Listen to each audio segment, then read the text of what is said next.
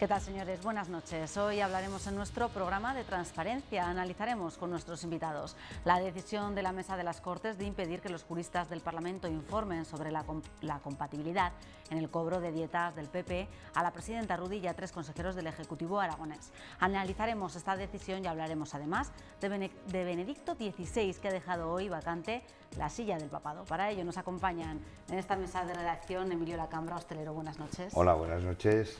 José Ramón Colel, de la Fundación Educatraffic. José Ramón, buenas noches. Hola, buenas noches. Y Lola Ester, periodista. Lola, buenas noches. Buenas noches. Vamos a comenzar hablando de ese primer tema que presentábamos, la Mesa de las Cortes, el PP y PAR. Dentro de esa mesa han impedido que los juristas elaboren un informe sobre la compatibilidad de la recepción del cobro de dietas del Partido Popular a la presidenta Rudi y a 3 de sus consejeros. Bueno, ¿qué os parece esta decisión de la Mesa de las Cortes? ¿Va en contra de lo que estamos hablando todos estos días, de la necesidad de una mayor transparencia en las administraciones? Lola.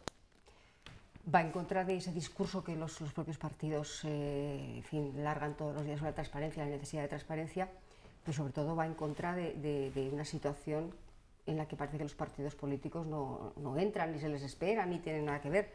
A mí, el hecho de que reciban tanto la presidenta como 4 consejeros o 3 un sueldo añadido, no me parece ni bien ni mal, me parece una inmoralidad que en estos tiempos alguien tenga 2 sueldos. Porque los 2 sueldos vienen del mismo sitio. Es decir, la presidenta tiene el sueldo como presidenta del gobierno y ese sobresueldo, esa dieta de 25.000 euros que proviene del grupo parlamentario de las Cortes. Del mismo sitio, porque el dinero de las Cortes viene del gobierno de Aragón, por lo cual el sitio es el mismo. Hombre, 2 sueldos, insisto, me parece una inmoralidad en estos tiempos. Y segundo, que en una época de recortes se ha recortado absolutamente todo. Las Cortes hayan aumentado su presupuesto en 100.000 euros, precisamente para dotar de mayor presupuesto a los grupos parlamentarios, entre otras cosas para engordar las dietas de determinados políticos, y esto me parece una inmoralidad. Emilio, ¿cómo ves tú esta situación?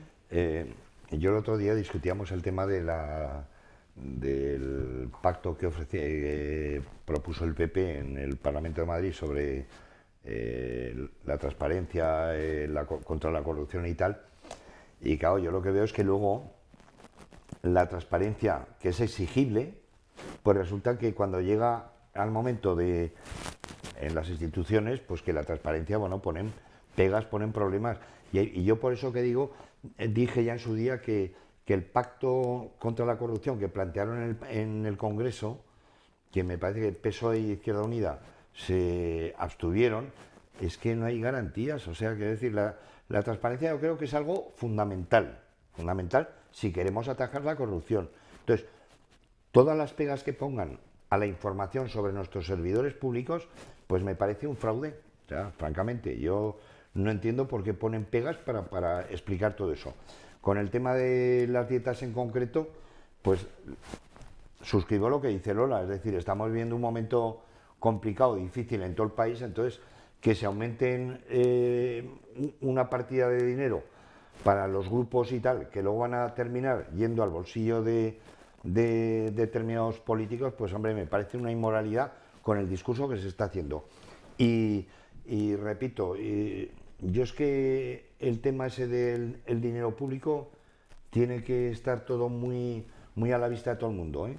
Y no solo eso, sino todos los contratos que hacen las distintas administraciones. Pero vamos, a mí me parece que es una contradicción que tienen lo que están diciendo en Madrid, en el Parlamento, frente a lo que se está haciendo luego en las distintas administraciones. José Ramón, hay contradicciones también aquí, como ponía de manifiesto Emilio. Sí, a mí el que el PSOE y el PP impidan que se dé un informe sobre las dietas... El PSOE no. Perdón, el PP y el PAR impidan que se informe sobre las dietas que cobran la presidenta y unos consejeros, eso me parece a mí una equivocación. ¿Por qué? Sencillamente, a mí el que la presidenta de Aragón, por ponerla ya en primera persona, cobre además de su sueldo unas dietas, pues mire, esto yo no voy a entrar a juzgarlo, ¿eh? Alguien podrá decir que, como decía Lola, pues que no le parece. Y ese tema no me parece que sea excesivamente importante. Creo que seguramente que lo que cobra es lo que se merece y es lo que le corresponde, nada más. ¿Por qué no me parece, además, en estos momentos, por qué me parece inadecuada la decisión que se ha tomado? Porque en estos momentos, con tanta corrupción y tanto entredicho que están poniendo me parece que cualquier cosa que sea decir que hay transparencia y que saber exactamente lo que cobra cada persona y por qué lo cobra, a mí me parece que es fundamental, ¿de acuerdo? Y luego, finalmente, no quererse someter a una cuestión de este tipo hace que esos partidos, el PP y el PAR, se cuestione realmente que tienen algo que ocultar. Y entonces a mí esa decisión me parece absolutamente equivocada. Aumenta también la desafección, sí. ¿no? Me imagino, con los ciudadanos sí. hacia esta situación. Yo lo que quería apuntar, yo no sé si es verdad, pero me da la sensación de que en los partidos conservadores, cuando elaboran las listas, los que van en los primeros lugares, tengo entendido que aportan dinero para campaña, para ir. Es decir, además de que los elija su comité electoral, que además tienen que aportar dinero. Y entonces, por ahí entendería que, pero todo eso tiene que ser transparente, que lo sepa la ciudadanía, cómo se financian los partidos, de dónde viene el dinero, quién aporta el dinero, y entonces a lo mejor podríamos justificar, entre comillas, esas dietas que les da su partido, que es verdad. Es decir, el dinero que recibe el partido lo puede administrar como le parezca oportuno. Vamos a ver, Emilio, el partido se nutre, entre otras cosas, de la cuota de los afiliados. Sí, sí, sí. Y parte del dinero que se da a los partidos, del dinero público, del presupuesto general. Como gastos, como representación del partido, como presidenta del partido, pues bueno, si el partido quiere poner ahí lo que sea, pues muy bien, pero es que no tiene que ver, esto es el grupo parlamentario. Entonces, dietas a la presidenta de consejeros del grupo parlamentario, hace una filfa, porque la presidenta va a las Cortes en su coche oficial, con lo cual no paga un taxi, es decir, no hay que pagar la dieta del taxi, porque me pagarían a mí. Cuando está en el Parlamento, está en las Cortes, no está en el despacho, es decir, que eso forma parte de su trabajo, no es un trabajo añadido. Sí, sí. Entonces, trabajos añadidos, ¿por qué? Porque es la presidenta. Y luego otra pregunta más que me haría yo si yo fuera consejero de que no recibiera una dieta, ¿por qué la consejera de Educación sí y yo no? Es decir, porque claro, están cobrando tres consejeros, Sí, Presidencia, Modesto Lobón y la consejera de Educación. ¿Y los demás? Sí, Los demás no están, no hacen el mismo trabajo. ¿Qué rasero es este? Hombre, yo he conocido internamente un grupo político al que pertenezco yo, Izquierda Unida. Desde luego en Izquierda Unida es todo lo contrario, es decir, los cargos públicos, no sé si sabéis, que, bueno, ahora no sé cómo funcionará, creo que pagan cuotas, pero antes lo que hacían era entregar todo el dinero al partido y luego el partido La Izquierda Unida acaba de publicar precisamente los sueldos de sus ganando. Sí, y hay una parte importante del sueldo que va al partido. Exacto, o sea, quiero decir, esos sueldos son los que les pagan, pero no lo que reciben ellos. Cada partido tiene sus reglas muy bien, pero yo lo que insisto, no acabo de entender que desde el grupo parlamentario se paguen unas dietas a unos. Es decir, yo entendería que en el caso de que la presidenta todos los fines de semana estuviera ejerciendo cargo de presidenta del partido, pues bueno, el partido le pague los fines de semana porque está haciendo un trabajo de representación, que eso lo entendería bien, si pensaría de las cuotas. Ahora, que por ir a las Cortes y por hacer un trabajo que no en el despacho, sino en otro despacho que le corresponde, tenga unas dietas, insisto. Y sobre todo, son los tiempos. Son tiempos en los que hay gente que no tiene ni los 400 euros de ayuda social para comer. Entonces, en estos tiempos en los que no hay ni 400 euros para familias que no tienen absolutamente nada, insisto, 2 sueldos, me parece una inmoralidad. Y ya está. Sí, a mí, y casi por finalizar y pasar a otra cosa. Cerrar a mí me parece que efectivamente hay agravios comparativos posiblemente dentro del mismo equipo de gobierno, y alguno tiene que decir por qué a esto sí, a mí no, o sea, puede ser.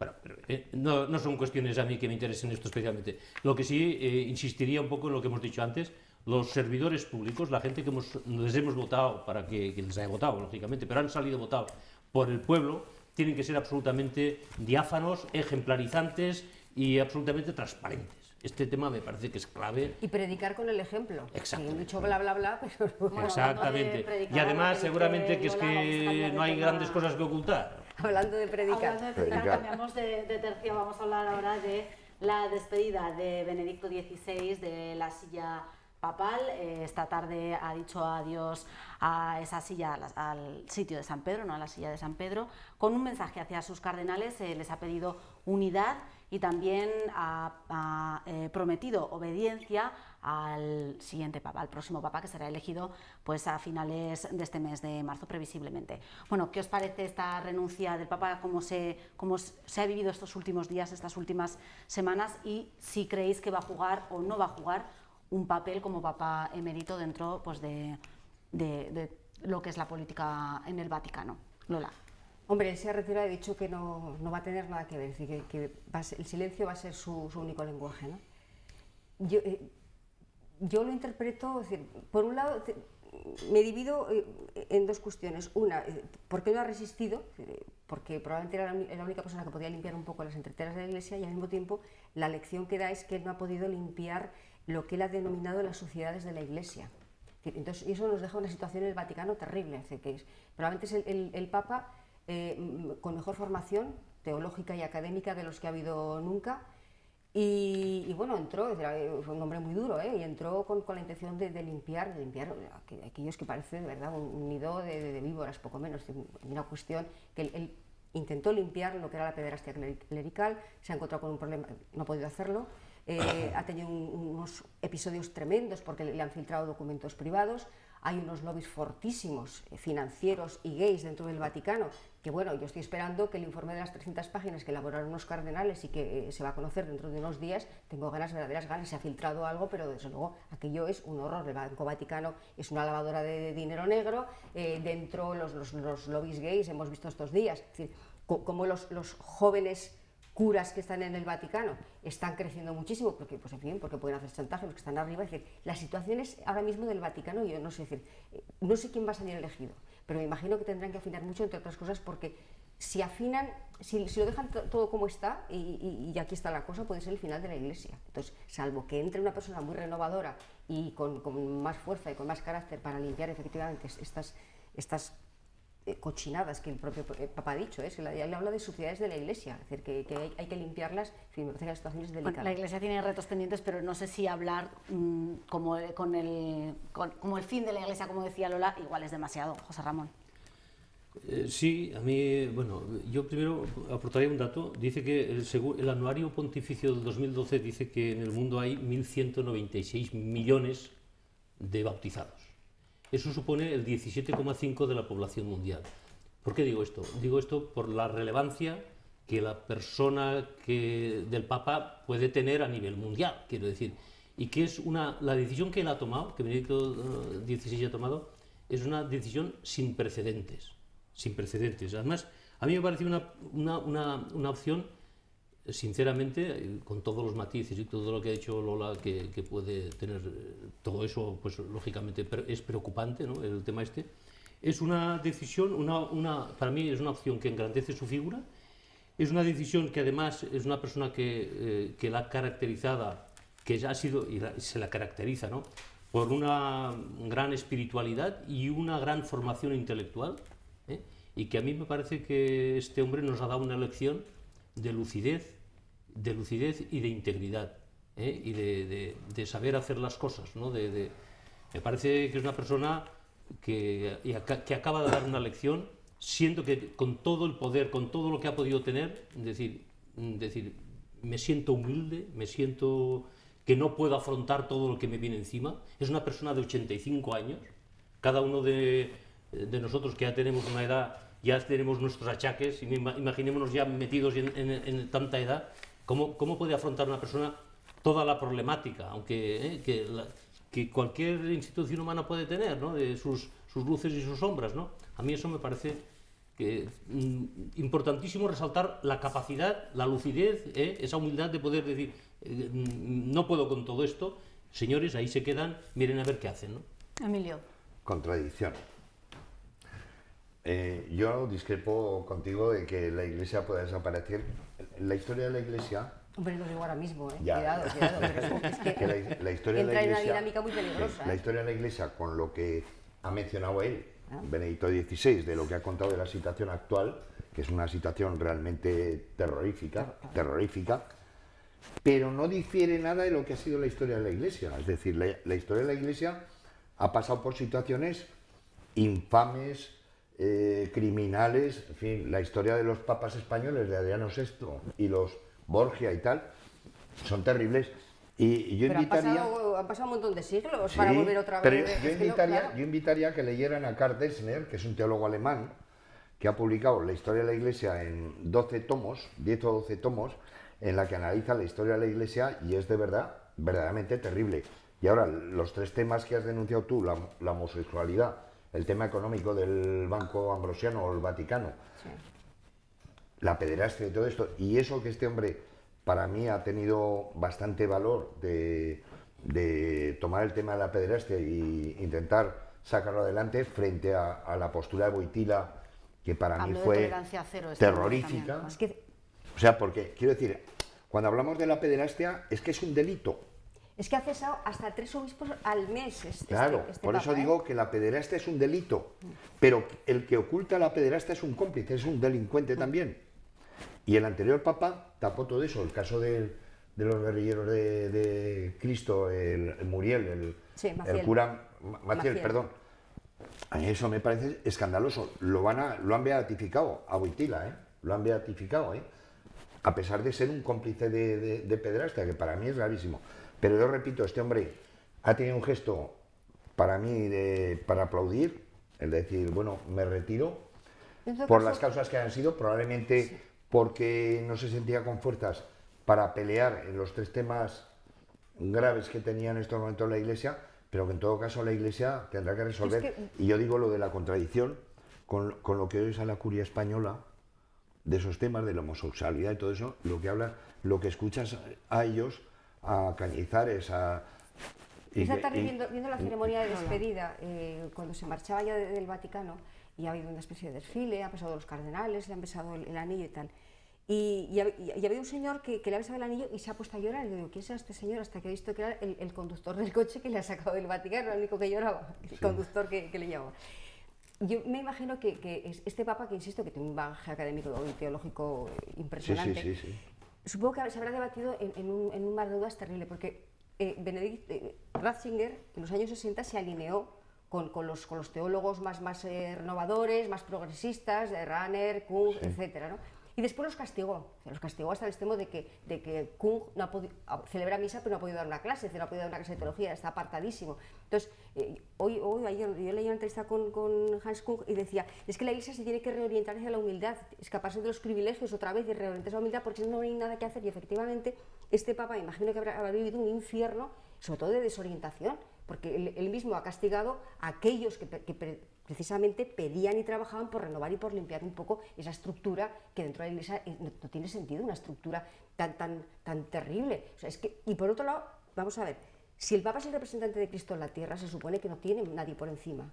Es que cualquier medida que tomaba este Papa, había un consejo cardenalicio que la echaba atrás, desde el nombramiento del presidente de la Banca Vaticana, hasta él ponía una persona de su confianza al frente de algo y automáticamente se lo mandaban, como es el caso del anuncio que mandaron a Washington. Es decir, él no ha podido confiar en nadie. Yo cuando he visto esta tarde meterse en el coche con Bertone, que es para mí poco menos que el demonio en el Vaticano, yo decía, Dios, entiendo que este hombre ha tirado la toalla porque probablemente no ha podido más, sobre todo por su propia contradicción, sus propios demonios internos. Yo, con referido a lo que decía Lola, que es una afirmación muy fuerte, ¿no?, de decir el peligro de que desaparezca la Iglesia.